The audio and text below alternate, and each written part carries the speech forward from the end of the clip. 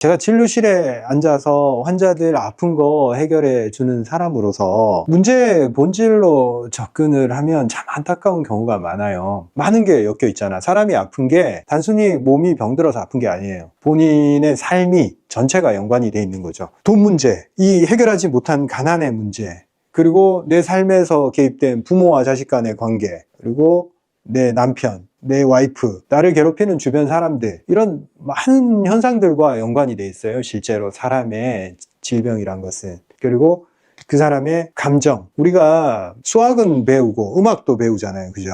근데 감정을 사용하는 방법을 제대로 배운 사람이 있을까요? 없잖아.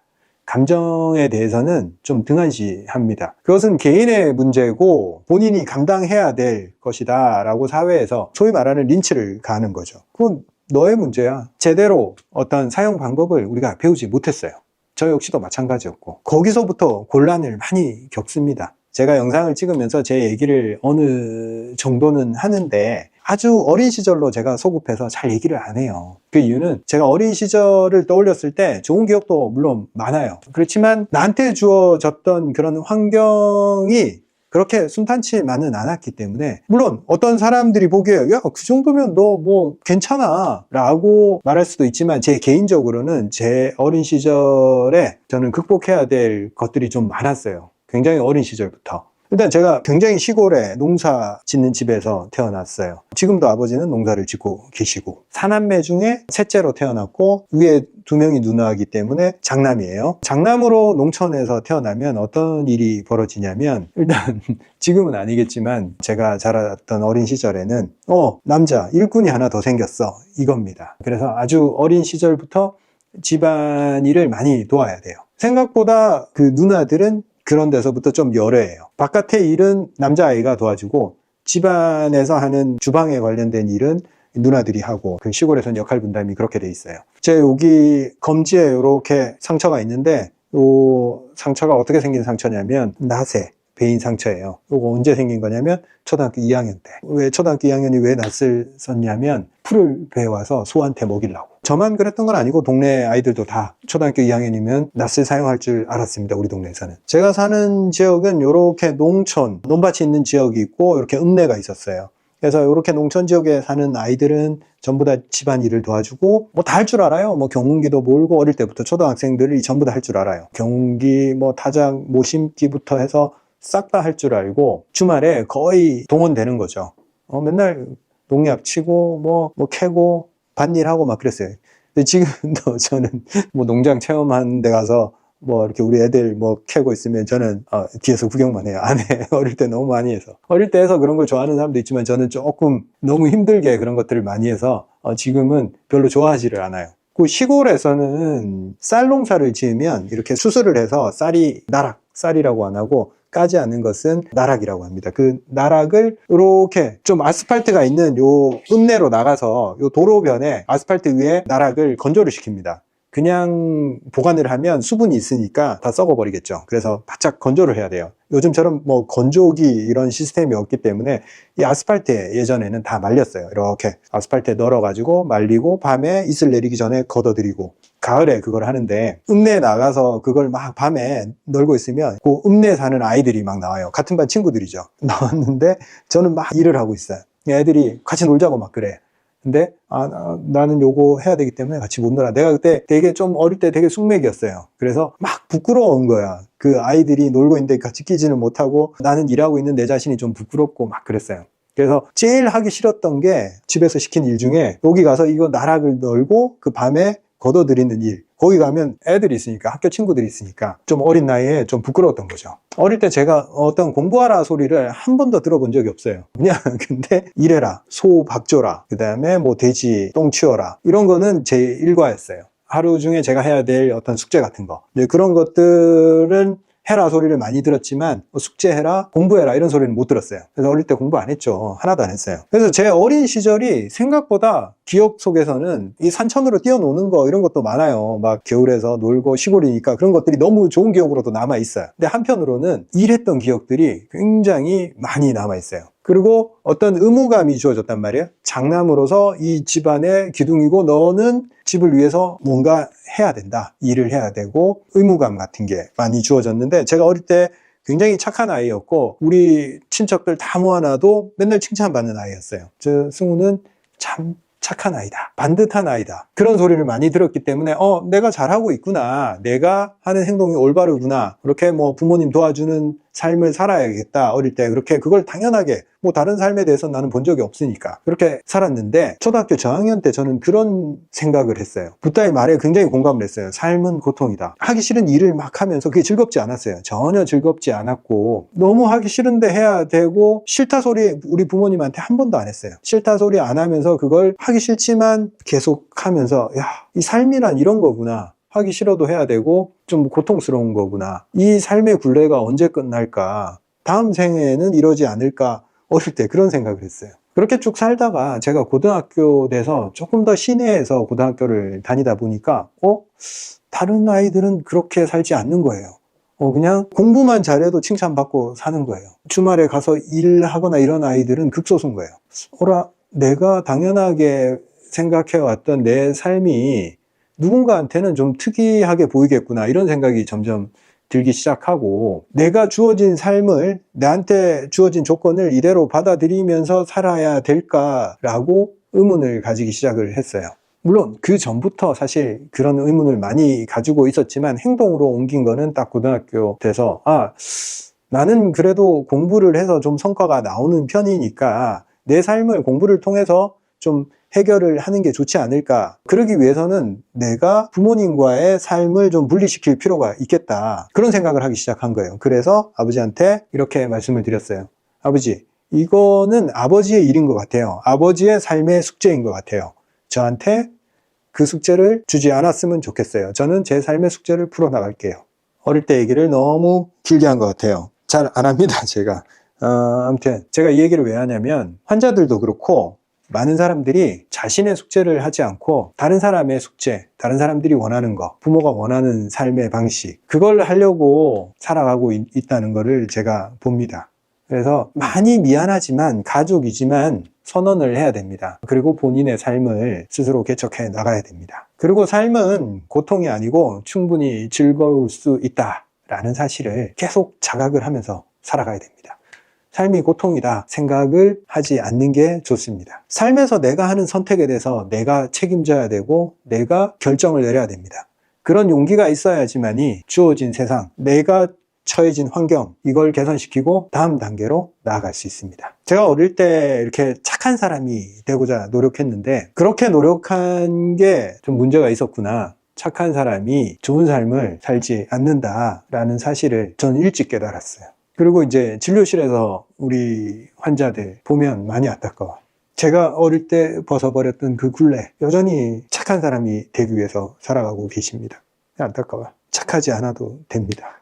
다음 시간에는 착한 사람으로 살다 보면 나 자신을 잃어버린다 라는 주제로 또 찾아뵙도록 하겠습니다. 오늘 주제는 착한 사람 컴플렉스입니다. 사람들이 착하길 원하죠. 상대방이. 부모님은 아이들이 착하길 바라고, 이 사회, 이 정부는 국민들이 착하길 바라고, 선생님들은 학생들이 착하길 바라고, 그리고 우리는 좀 착하게 살아왔잖아요. 대한민국 사람만큼 착한 사람이 전 세계에 있을까요? 이렇게 너무 다들 착하잖아. 뭐 길에서 지갑 잃어버려도 다 쉽게 찾아오고 질서를 잘 지키고 너무나 순종적이고 착한 민족이에요. 그게 나쁜 게 아니에요. 좋은 거예요. 왜? 사회 질서가 잘 유지가 되고 우리가 안심하고 살 수 있는 좋은 사회를 만들잖아요. 그런데 그 착함이란 게 본인 마음에서 우러나와서 정말 기분 좋아서 그렇게 살아간다면 그게 본인이 선택한 삶이고 기분이 좋을 수 있잖아요. 그죠? 근데 아무리 좋은 거지만 주입되고 이 사회가 강요한 거고 내 본성과 좀 위배가 된다면 상당히 고통이 따라오게 됩니다. 왜? 착함을 강요받았거든요. 아니라고 얘기할 수도 있겠지만 실제 우리 사회는 착함을 좀 많이 강요받은 그런 사회예요. 사람들이 모여 사니까 어쩔 수 없죠. 배려를 강요받고 착한 행동하기를 강요받고 어떤 모난 행동을 하지 마라 라고 배우고 틀에서 벗어나지 마라. 그리고 누군가가 부탁을 하면 들어줘라. 거절하는 것은 그 사람한테 나쁜 행동이다. 내가 싫은 소리를 하면 상대방이 불쾌해 하니까 가급적 좋은 말을 해라. 다 좋아요. 이 사회 질서를 유지하기 위해서 다 갖춰야 될 덕목입니다. 그런데 너무 그것에 집중을 하다 보면 내 자신을 잃어버리게 됩니다. 나는 없어지고 다른 사람한테 초점이 맞춰지는 거죠. 다른 사람이 원하는 삶을 사는 거죠. 물론 장점도 많아요. 좋은 인격, 덕목을 가지면 다른 사람한테 좋은 대우를 받게 되어 있습니다. 그리고 갈등을 피할 수 있고 좋은 관계를 계속 형성해 나갈 수 있어요. 주변에서 계속 좋게 얘기를 해주기 때문에 본인한테도 좋은 감정을 가질 수 있습니다. 본인 스스로도. 그런 좋은 점들 때문에 착하기 위해서 굉장히 노력을 하는 사람들이 있어요.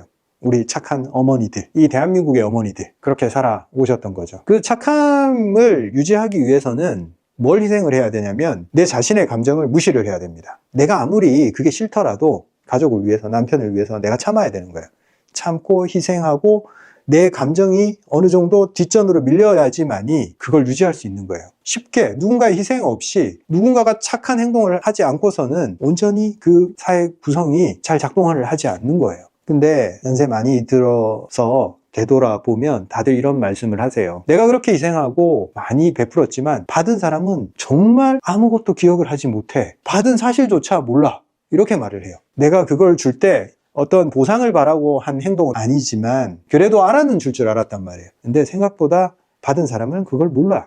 알 수가 없어. 그래서 좋은 의도로 행동을 했지만 결국 되돌아오는 게 안 좋은 결과로 되돌아오면 그때부터 나쁜 감정이 쌓이기 시작해요. 억울하고 배신감을 느끼고 상대방에 대해서 신뢰가 무너져요. 그래서 이 사회적으로 착하다는 어떤 용어 자체가 그 사람의 희생을 강요받으면서 되돌려주는 칭찬에 불과하다라고 볼 수 있습니다. 그래서 그 속성을 알고 조금 그 틀을 깨고 나와야 됩니다. 진정으로 내가 좋아서 하는 행동이어야지 나중에 어떤 보상을 바라지도 않고 어떤 행동을 했을 때 내 마음 자체가 그 행위 자체만으로도 좋을 수 있다는 거예요. 결국 나를 뒷전으로 밀고 나를 희생하면서 사람들을 도와주고 사람들을 위해 준 거, 그거 정상적인 감각이 아니라는 거죠. 정상적인 감각이라는 것은 다른 사람을 위해서 행동을 했지만 나 역시도 충분히 그 행동에 만족감을 얻고 내 자신이 그 행동 자체로 좋아야 된다는 거죠. 그래서 제가 단호하게 제안합니다. 착한 사람 되지 마세요. 착한 사람이 안 되면 나쁜 사람이 되어야 되나? 우리 머릿속에 들어있는 이 생각이 이런 행동을 불러옵니다. 착한 사람 아니면 나쁜 사람, 이런 이분법적인 생각으로 살아오기 때문에 나쁜 사람이 되지 않기 위해 착한 사람이 되려고 노력을 했던 겁니다. 근데 착하지 않다고 해서 나쁜 사람이 아닙니다. 좋은 사람이 아니라고 해서 나쁜 사람이 되는 게 아니에요. 그러면 어떤 사람이 되어야 되냐라고 정의를 하자면 건강한 사람이 되어야 됩니다.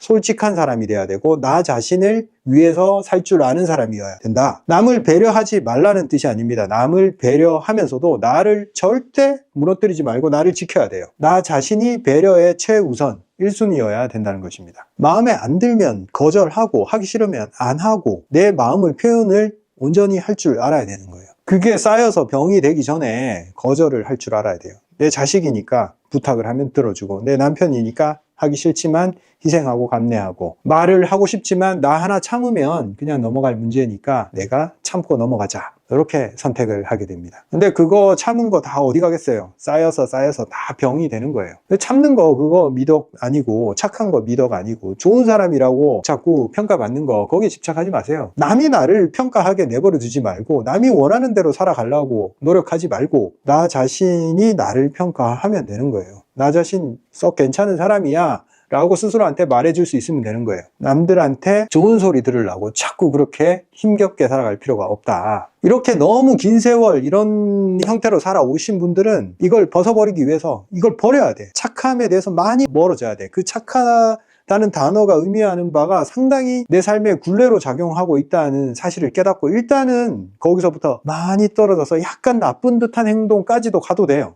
충분히. 내 하고 싶은 대로 좀 행동을 하는 습관을 자꾸 연습을 들여야 돼요. 안 해봐서 못하는 거예요. 지금 고통을 참아야 좋은 미래가 열릴 거다 이런 생각으로 살아가면 안 됩니다. 지금 괜찮아야 돼요. 지금 사는 게 꽤 괜찮고 설령 힘들더라도 지금도 좋아. 희생하고 참고 지내야지만이 꼭 좋은 세상이 벌어지는 거라고 생각하는 분들이 있으면 그 생각을 좀 바꾸시자 이렇게 말씀드리면서 우리가 마냥 처음에는 이렇게 나 착한 거 버렸어. 그러면 나 이제 내 마음대로 할 거야. 이렇게 살아가는 것도 답은 아니잖아요. 그죠? 그러면 어떻게 정상적인 사람들과의 관계를 어떻게 설정하고 더 부드럽게 해결해 나갈 수 있을까? 모든 스트레스는 사실 벽을 보고 칠판을 본다고 내가 스트레스 받는 거 없어요. 사람이 스트레스 받는 것은 상대방이 있는 거예요. 사람과의 관계를 잘 하는 사람은 스트레스를 다룰 줄 알게 되고 스트레스를 통제할 줄 알게 됩니다. 그래서 관계 설정, 그래 착하지 않으면 그러면 어떻게 살아야 될까? 그 부분에 대해서 다음 시간에 말씀을 드리겠습니다. 굳이 착한 사람이 될 필요가 없다. 스트레스를 통제하려면 착할 필요가 없다. 이렇게 말씀드렸잖아요. 제가 어린 시절에 되게 착한 아이였고 그걸 감내하면서 살았어요. 근데 인생이 별로 달라지지가 않았어요. 그래서 굳이 착할 필요가 없고 순종적으로 주변 사람들이 원하는 대로 살 필요가 없고 내 삶을 내가 개척해야겠다. 저는 굉장히 어린 시절에 그걸 좀 깨달았어요. 왜? 어린 시절이 조금 힘들었기 때문에. 그래서 그걸 깨닫고 나서 제가 했던 행동들은 20대 때 일단 좀 반골 기질을 키웠어요. 왜? 그 전에 너무 순종적으로 착하게 누가 봐도 칭찬하는 그런 삶을 살았거든요. 제 삶이 없었어요. 사실 그냥 남들이 원하는 삶을 살았던 것 같아. 조금이라도 벗어나는 삶은 겁나서 못했어요. 누군가가 규정해 놓은 삶을 사는 게 그게 인생인 줄 알았고 그걸 벗어나야겠다 마음 먹으니까 이제부터 내가 선택해야 되는 게 어렵잖아요. 그래서 선택의 기준을 일단 반골 기질이 생겼단 말이에요. 첫째로 일단 부모님이 원하는 뭔가를 절대 수용을 하지 않았어요. 그냥 그 반대로 하면 내 인생 살아가겠구나. 부모님이 원하는 대로 살아오니까 내 인생이 하나도 없었어. 그러니까 그 반대로 살아가야지. 그리고 남들이 다 가는데 거기 따라가 봐야 뭐 거기서 줄 서서 뭘 하겠어요. 그냥 반대로 가자. 꽤 괜찮았어요. 남들이 안 가는 방향에 가면 첫째 붐비지도 않고 나름 괜찮은 영역이 존재했기 때문에 좋은 선택이었다라고 볼 수 있습니다. 근데 문제가 뭐였냐면 약간 반발심이나 어떤 거부감 이런 것들을 많이 키웠어요, 당시에. 그래서 투쟁적인 사람이 되어 있었습니다. 날카로웠던 거죠. 기존 질서나 보수적인 그런 성향에 대해서 굉장히 반발심을 가지고 그걸 수용하지를 않았어요. 그래서 새로운 도전을 하고 그런 나이니까 20대 때는 괜찮았어요. 그래서 많은 도전을 했고 또 많이 성과도 이뤘기 때문에 당시에 괜찮다. 좀 도전적이고 좀 날카롭게 살아도 나쁘지 않다. 이렇게 생각을 했는데 좀 나이가 들고 진료 활동을 하고 가족을 이루고 아이가 생기고 이러면서 그런 식으로는 살아갈 수 없다. 사람들과의 관계에서 그렇게 날카롭고 투쟁적으로 살면 사람들한테 상처를 주고 나 자신한테도 결국 다 안 좋게 되돌아온다라는 걸 느끼게 되는 거죠. 이 세상이 그걸 가르쳐 주는 거죠. 그러면 또 어떻게 살아야 되나? 그때까지 제 삶의 방식은 일단 제 하고 싶은 대로 살았어요.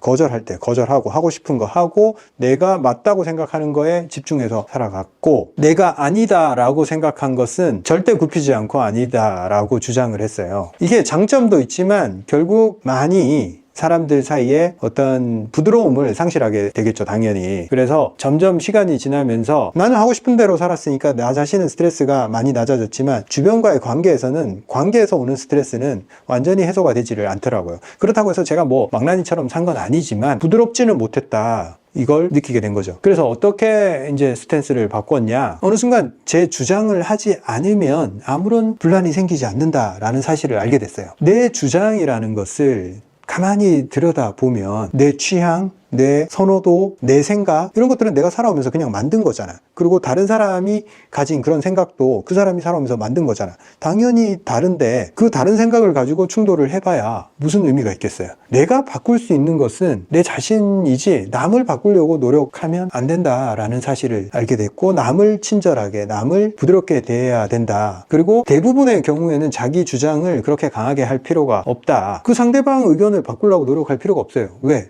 그 사람의 의견이 내 삶에 별로 지장을 안 줘. 그 사람이 그렇게 생각하는 걸로 인해서. 그러면 그 사람은 그렇게 생각하게 그냥 그대로 두는 게 가장 좋아요. 그걸 바꾸려고 하거나 그거에 대해서 내가 호불호의 마음이 생기면 안 되는 거예요. 어떤 마음에 안 드는 사람이 있더라도 그 사람의 생각을 바꾸려고도 하지 말고 존중을 해주면 되는 거예요. 그러면 아까 원래대로 돌아가는 거잖아. 저 사람이 어떤 주장을 했을 때 나는 그걸 타인의 의견을 계속 내 삶에 영향을 끼치게 내버려 둘 거냐? 그렇지 않아요. 그 사람의 의견이 내 삶에까지 영향을 행사하려고 할 때는 단호하게 막아야 됩니다. 내가 감정을 희생하거나 내가 손해를 감수하면서 하는 일 혹은 내가 즐겁지 않으면서 하는 일들이 발생을 할 때 그것은 거절을 하거나 그 상황을 해결을 해야 됩니다. 즉 내가 타인에 의해서 지배되지 않는 것 그리고 타인을 배려하는 것 그 사람의 생각을 존중하는 것 그게 균형을 맞춰야 된다는 거죠. 그렇게 하면 사람 사이의 관계에서 오는 스트레스는 웬만큼 다 해결이 돼요. 거의 모든 게 없어져요. 왜? 저 사람이 무슨 생각을 하건 어떤 말을 하건 그게 나한테 부정적 영향을 주지를 않아요. 옳아요. 좋습니다. 존중합니다. 그 사람의 생각이 굉장히 괜찮아 보여요. 어떤 생각을 가지고 어떤 행동을 하든 별로 불쾌하지 않아. 왜? 그 사람의 방식으로 인정을 해주게 되니까. 그리고 타인이 나한테 영향력을 종속을 하거나 지배를 하려고 하는 그런 성향을 보일 때는 나한테 좋은 영향, 내가 받아들여서 나쁘지 않고 나한테 내 삶의 자양분이 될 거면 웬만하면 다 받아들이면 돼요. 그런데 그게 만약 어떤 부정적인 영향을 끼친다. 그걸 받아들일까 말까는 그 사람이 하는 말과 그 사람이 하는 말의 결과를 보면 알 수 있어요. 말투가 부정적이거나 그런 일이 일어났을 때 결과가 부정적인 현상을 일으킬 때 그건 받아들이면 안 돼요. 내 삶에 부정적인 영향이 개입되지 않게만 막으면 나는 항상 모든 걸 받아들일 수 있다. 이런 마음으로 대처하시면 별로 스트레스가 없어요. 왜? 내 삶에 긍정적인 일만 내가 끌어들일 수 있다는 거죠. 자, 결론을 말씀드리면 우리가 착한 아이, 이 사회가 규정하고 부모가 규정하고 선생님이 규정했던 그 착한 아이로 살아가기로 마음먹었던 것을 버리고 나면 남는 게 뭐냐? 관계를 재설정해야 된다.